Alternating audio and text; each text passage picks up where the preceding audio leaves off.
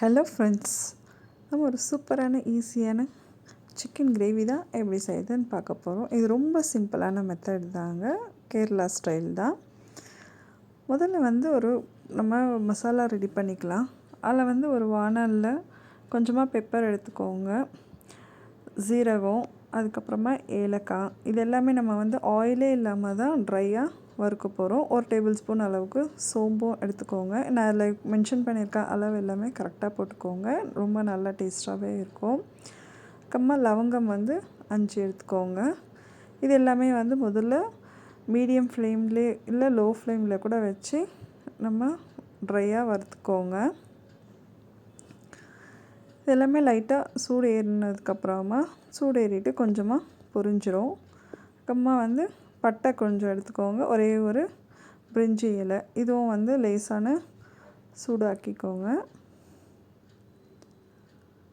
எல்லாமே லோ ஃப்ளேம்லேயே வச்சு பண்ணுங்கள். ஹை ஃப்ளேமில் வச்சிட்டோம் அப்படின்னா கரிஞ்சிரும். அதுக்கப்புறமா 4 ரெட் சில்லிஸ் எடுத்துருக்கோம்.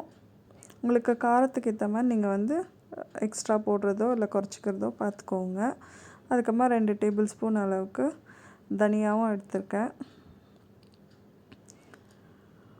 இதையும் லைட்டாக வறுத்துக்கோங்க. கொஞ்சமாக பச்சை கருவேப்பிலை, இதையும் வாஷ் பண்ணிவிட்டு அதோடவே போட்டுட்டு இதையும் சேர்த்து நம்ம சூடு பண்ணிடலாம்.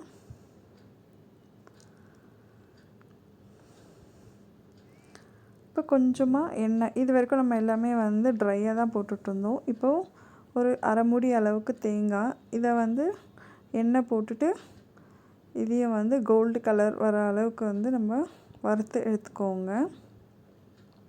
இப்போ பாருங்கள், நல்லாவே கலர் சேஞ்ச் ஆகிடுச்சு.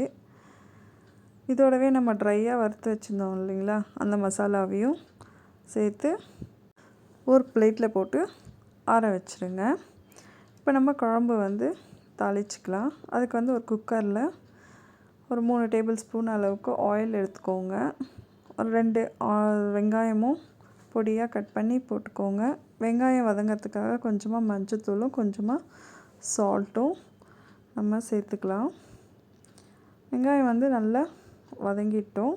வதங்கினதுக்கப்புறமா 2 தக்காளி, மீடியம் சைஸில் 2 தக்காளி எடுத்திருக்கேன். ரொம்ப பெரிய தக்காளினா ஒன்று கூட போட்டுக்கோங்க. அதுக்கப்புறமா 2 டேபிள் ஸ்பூன் அளவுக்கு ஜிஞ்சர் கார்லிக் பேஸ்ட்டு. இந்த குவான்டிட்டி எல்லாமே நான் ஒரு 3 இல்லை 4 பேர் சாப்பிட்ற அளவுக்கு உண்டான குவான்டிட்டி தாங்க போட்டிருக்கேன். இப்போ நம்ம வறுத்து வச்சுருந்த மசாலா எல்லாத்தையுமே மிக்ஸி ஜாரில் போட்டு அரைச்சிக்கலாம். க்ரீன் சில்லி ஃபஸ்ட்டே போட மறந்துட்டேன், ஸோ அதனால் ஒன்று சேர்த்துக்கோங்க.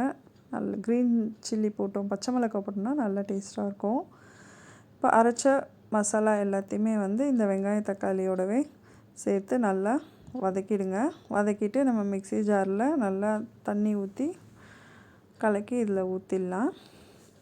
இப்போ திரும்பவும் சால்ட்டோட டேஸ்ட்டு செக் பண்ணிவிட்டு போட்டுக்கோங்க. அதுக்கப்புறமா குழம்பு மிளகாத்தூள் ஒரு 1/2 டேபிள் ஸ்பூன் தான் போட்டிருக்கேன். ஏன்னா காரம் ரொம்ப அதிகமாகிடும். நம்ம ஏற்கனவே பெப்பர், பச்சை மிளகாய் எல்லாமே போட்டிருக்கோம். அதனால் காரம் பார்த்துட்டு நீங்கள் அதுக்கேற்ற மாதிரி போட்டுக்கோங்க.